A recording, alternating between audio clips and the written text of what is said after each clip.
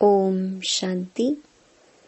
6 नवंबर 2023 बाबा के महावाक्य। मीठे बच्चे, देही अभिमानी बनने में ही तुम्हारी सेफ्टी है। तुम श्रीमत पर रूहानी सर्विस में लग जाओ तो देह अभिमान रूपी दुश्मन वार नहीं करेगा। प्रश्न: विकर्मों का बोझ सिर पर है, उसकी निशानी क्या होगी? उसे हल्का करने की विधि सुनाओ। उत्तर: जब तक विकर्मों का बोझ है तब तक ज्ञान की धारणा नहीं हो सकती। कर्म ऐसे किए हुए हैं जो बार बार विघ्न डालते हैं, आगे बढ़ने नहीं देते हैं। इस बोझ से हल्का होने के लिए नींद को जीतने वाले निद्रा जीत बनो। रात को जागकर बाबा को याद करो तो बोझ हल्का हो जाएगा। गीत माता ओ माता। ओम शांति। यह हुई जगत अम्बा की महिमा, क्योंकि यह है नई रचना। एकदम नई रचना तो होती नहीं है, पुरानी से नई होती है। मृत्यु लोक से अमर लोक जाना है। यह जैसे जीने और मरने का सवाल है, या तो मृत्यु लोक में मरकर खत्म होना है, या तो जीते जी मरकर अमर लोक में चलना है। जगत की माँ माना जगत को रचने वाली। यह जरूर है, बाप स्वर्ग का रचयिता है। रचना रचते हैं ब्रह्मा द्वारा। बाप कहते हैं, मैं सूर्यवंशी चंद्रवंशी राजधानी स्थापन करता हूँ। आना है संगम पर।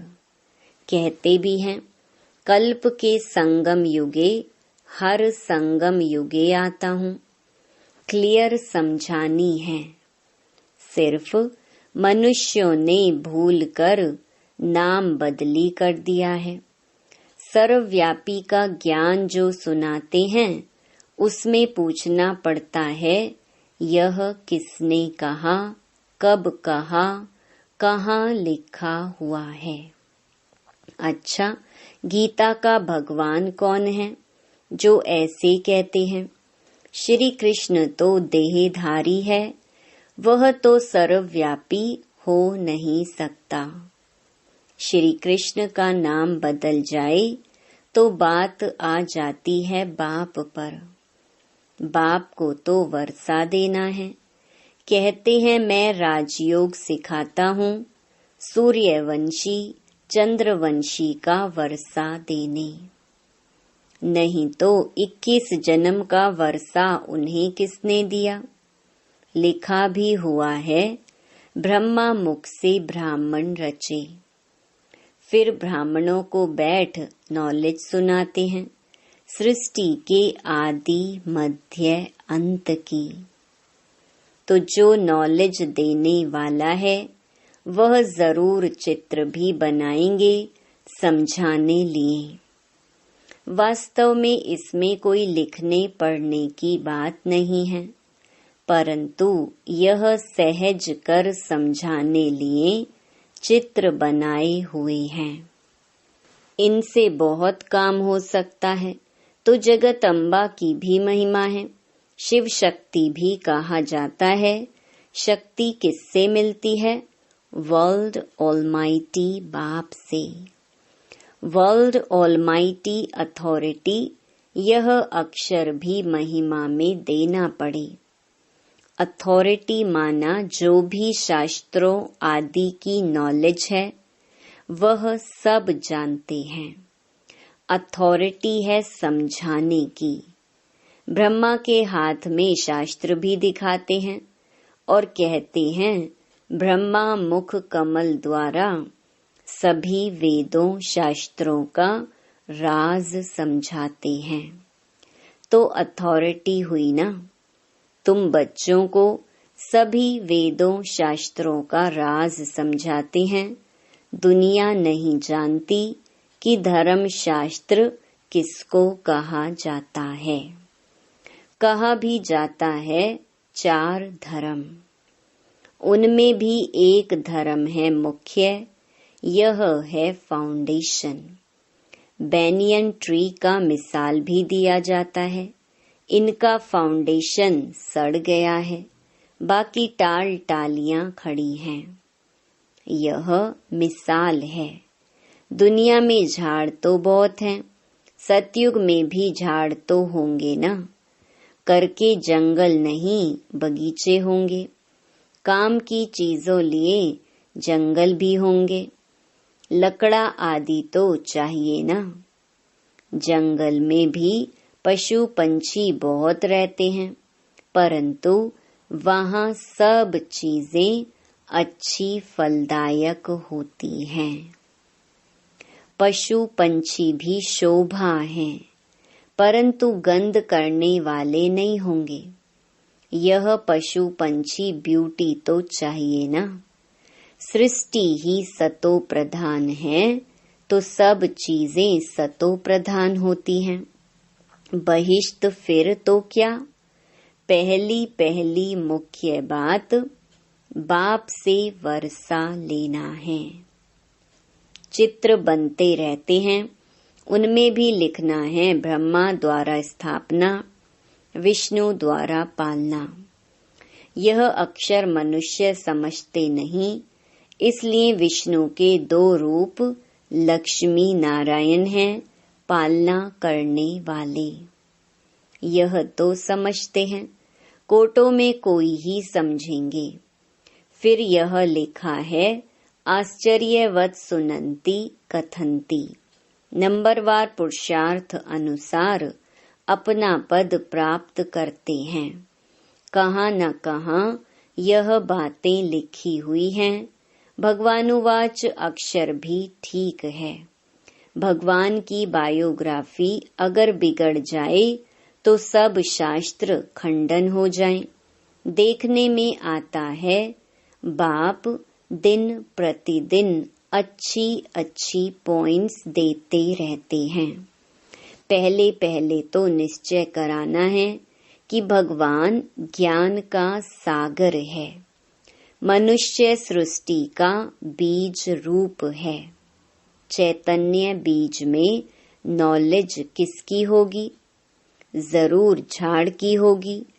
तो बाप आकर नॉलेज समझाते हैं ब्रह्मा द्वारा। ब्रह्मा कुमार कुमारियां नाम अच्छा है। प्रजापिता ब्रह्मा के कुमार कुमारियां तो ढेर हैं। इसमें अंधश्रद्धा की कोई बात नहीं। यह तो रचना है ना। बाबा मम्मा अथवा तुम मात पिता सब कहते हैं। जगत अम्बा सरस्वती है ब्रह्मा की बेटी। यह तो प्रैक्टिकल में बीके है। कल्प पहले भी ब्रह्मा द्वारा नई सृष्टि रची थी। अब फिर जरूर ब्रह्मा द्वारा ही रचना होगी। सृष्टि के आदि मध्य अंत का राज बाप ही समझाते हैं, इसलिए इनको नॉलेजफुल कहा जाता। बीज में जरूर पूरे वृक्ष की नॉलेज होगी। उनकी रचना चैतन्य मनुष्य सृष्टि है। बाप राजयोग भी सिखलाते हैं। परमपिता ब्रह्मा द्वारा ब्राह्मणों को बैठ सिखलाते हैं, जो ब्राह्मण फिर देवता बनते हैं। सुनने समय मजा तो सबको बहुत आता है, परंतु देह अभिमान के कारण धारणा नहीं होती। यहाँ से बाहर गए और खलास। अनेक प्रकार का देह अभिमान है, इसमें बड़ी मेहनत चाहिए। बाप कहते हैं नींद को जीतने वाले बनो, देही अभिमान छोड़ो, देही अभिमानी बनो। रात को जागकर याद करना है, क्योंकि तुम्हारे सिर पर जन्म जन्मांतर के विकर्मों का बोझा बहुत है, जो तुमको धारणा करने नहीं देते हैं। कर्म ऐसे किए हुए हैं, इस कारण देही अभिमानी नहीं बनते। गपोड़े बहुत मारते हैं, बड़े गपोड़े का चार्ट लिख भेजते हैं कि हम 75% याद में रहते हैं, परंतु बाबा कहते हैं इम्पॉसिबल है। सबसे आगे चलने वाला खुद कहता है कितनी भी कोशिश करता हूँ याद करने की, परंतु माया भुला देती है। सच्चा चार्ट लिखना चाहिए, बाबा भी बतलाते हैं ना, तो बच्चों को भी फॉलो करना चाहिए। फॉलो नहीं करते तो चार्ट भी नहीं भेजते हैं। पुरुषार्थ के लिए समय मिला हुआ है, यह धारणा कोई मासी का घर नहीं। इसमें थकना नहीं होता है, कोई समझने में टाइम लेते हैं, आज नहीं तो कल समझ लेंगे। बाबा ने कह दिया कि जो देवी देवता धर्म का होगा और धर्म में कन्वर्ट हो गया होगा तो वह आ जाएगा। एक दिन अफ्रीकन्स आदि की भी कॉन्फ्रेंस होगी, भारत खंड में आते रहेंगे। आगे कभी आते नहीं थे, अभी सभी बड़े बड़े आते रहते हैं। जर्मनी का प्रिंस आदि ये सब कभी बाहर निकलते नहीं थे। नेपाल का जो किंग था उसने कभी रेल देखी नहीं थी। अपनी हद से बाहर कहाँ जाने का हुक्म नहीं था। पोप कभी बाहर नहीं निकला था, अभी आया। आएंगे सब, क्योंकि यह भारत सभी धर्म वालों का बहुत बड़े ते बड़ा तीर्थ है। इसलिए यह एडवर्टाइज जोर से निकलेगी। तुमको सब धर्म वालों को बतलाना है, निमंत्रण देना है।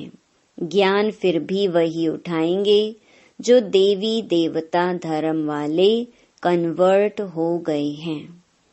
इसमें समझ चाहिए, अगर समझें तो शंख ध्वनि जरूर करें।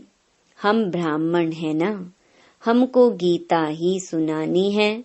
बहुत सहज है, बेहद का बाप है स्वर्ग का रचयिता। उनसे वर्षा पाना हमारा हक है। सबका हक है अपने पियर घर मुक्ति धाम में जाने का। मुक्ति जीवन मुक्ति का हक है। जीवन मुक्ति सबको मिलनी है। जीवन बंध से मुक्त हो शांत में जाते हैं, फिर जब आते हैं तो जीवन मुक्त हैं। परंतु सबको सतयुग में तो जीवन मुक्ति नहीं मिलती। सतयुग में जीवन मुक्ति में थे देवी देवता। पीछे जो आते हैं कम सुख कम दुख पाते हैं। यह हिसाब किताब है। सबसे कंगाल भारत ही बना है, जो सबसे ऊंच था। बाप भी कहते हैं यह देवी देवता धर्म बहुत सुख देने वाला है। यह बनी बनाई है। सब अपने अपने समय पर अपना अपना पार्ट बजाते हैं। हेवनली गॉड फादर ही हेवन स्थापन करते हैं और कोई कर न सके। क्राइस्ट से 3000 वर्ष पहले बरोबर कहते हैं हेवन था, नई दुनिया थी। क्राइस्ट कोई वहां थोड़े ही आएगा, वह अपने समय पर ही आता है। फिर उनको अपना पार्ट रिपीट करना है। ये सब बुद्धि में बैठे तो श्रीमत पर चले। सबकी बुद्धि एक जैसी नहीं है। श्रीमत पर चलने की हिम्मत चाहिए। फिर शिव बाबा आप जो खिलाओ जो पहनाओ, ब्रह्मा और जगत अम्बा द्वारा। ब्रह्मा द्वारा ही सब कुछ करेंगे ना, तो दोनों कंबाइंड हैं। ब्रह्मा द्वारा ही कर्तव्य करेंगे, शरीर तो दो इकट्ठे नहीं हैं। कोई कंबाइंड शरीर भी देखा है बाबा ने। सोल तो दोनों की अलग अलग हो गई। इसमें बाबा प्रवेश करते हैं, वह है नॉलेज फुल। तो नॉलेज किस द्वारा दें? श्री कृष्ण का चित्र तो अलग है, यहाँ तो ब्रह्मा चाहिए। प्रैक्टिकल में ब्रह्मा कुमार कुमारियां कितने हैं? यह कोई अंधश्रद्धा तो नहीं है। एडॉप्टेड चिल्ड्रन को भगवान पढ़ाते हैं। कल्प पहले जो एडॉप्ट हुए हैं वही अब होते हैं। बाहर ऑफिस में तो कोई नहीं कहेंगे हम बीके हैं, यह गुप्त हो गया। शिव बाबा की संतान तो हैं ही, बाकी रचना नई सृष्टि की रचनी होती है। पुरानी से नया बनाते हैं। आत्मा में खाद पड़ने से पुरानी हो जाती है। सोने में ही खाद पड़ती है तो फिर झूठा हो जाता है। आत्मा झूठी होती है तो शरीर भी झूठा हो जाता है। फिर सच्चा कैसे हो? झूठी चीज को आग में डालते हैं पवित्र करने के लिए, तो कितना बड़ा विनाश होता है। यह त्योहार आदि भी सब भारत के हैं। यह किसके और कब के हैं कोई जानते नहीं। नॉलेज बहुत कम उठा सकते हैं। पिछाड़ी में करके राजाई मिली, उससे क्या? बहुत थोड़ा सुख हुआ ना। दुख तो आहिस्ते आहिस्ते शुरू हो जाता। इसलिए अच्छी रीति पुरुषार्थ करना है। कितने नए बच्चे तीखे हो गए हैं। पुराने अटेंशन नहीं देते। देह अभिमान बहुत है। सर्विस करने वाला ही दिल पर चढ़ेगा। कहा जाता है ना, अंदर एक बाहर दूसरा। बाबा अंदर से प्यार अच्छे अच्छे बच्चों को करेंगे। कोई बाहर से अच्छे अंदर से खराब होते हैं। कोई सर्विस नहीं करते, अंधों की लाठी नहीं बनते। अभी मरने जीने का सवाल है। अमरपुरी में ऊंच पद पाना है। मालूम पड़ता है किस किसने कल्प पहले पुरुषार्थ कर ऊंच पद पाया है। वह सब देखने में आता है। जितना जितना देही अभिमानी बनेंगे उतना सेफ्टी में चलते रहेंगे। देह अभिमान हरा देता है। बाप तो कहेंगे श्रीमत पर जितना रूहानी सर्विस में चल सको उतना अच्छा है। सबको बाबा समझाते हैं। चित्रों पर समझाना बहुत सहज है। ब्रह्मा कुमार कुमारियां तो सब हैं। वह शिव बाबा है बड़ा बाबा। फिर नई सृष्टि रचते हैं। गाते भी हैं मनुष्य से देवता, किए करत न लागी वार। सिख धर्म वाले भी उस भगवान की महिमा करते। गुरु नानक के अक्षर बहुत अच्छे हैं। जब साहिब को तो सुख मिलेगा। यह है तंत सार। सच्चे साहिब को याद करेंगे तो सुख पाएंगे, अर्थात वर्षा मिलेगा। मानते तो हैं एक ओमकार। आत्मा को कोई काल नहीं खा सकता। आत्मा मैली होती, बाकी विनाश नहीं होती, इसलिए अकाल मूरत कहते हैं। बाप समझते हैं मैं अकाल मूरत हूँ, तो आत्माएं भी अविनाशी हैं। हाँ, बाकी पुनर्जन्म में आती हैं। हम एक रस हैं। साफ बतलाते हैं मैं ज्ञान का सागर हूँ, रूप बसंत भी हूँ, तो यह बातें समझकर समझानी है। अंधों की लाठी बनना है, जियदान देना है, फिर कभी अकाले मृत्यु नहीं होगा। तुम काल पर विजय पाते हो। अच्छा, मीठे मीठे सिकिलधे बच्चों प्रति मात पिता बाप दादा का याद प्यार और गुड मॉर्निंग। रूहानी बाप की रूहानी बच्चों को नमस्ते। धारणा के लिए मुख्य सार। पहला, श्रीमत पर रूहानी सर्विस करनी है। अंधों की लाठी बनना है, शंख ध्वनि जरूर करनी है। दूसरा, देही अभिमानी बनने के लिए याद का चार्ट रखना है। रात को जागकर खास याद करना है, याद में थकना नहीं है। वरदान, सदा अपनी श्रेष्ठ शान में रह, परेशानियों को मिटाने वाले मास्टर सर्वशक्तिमान भव।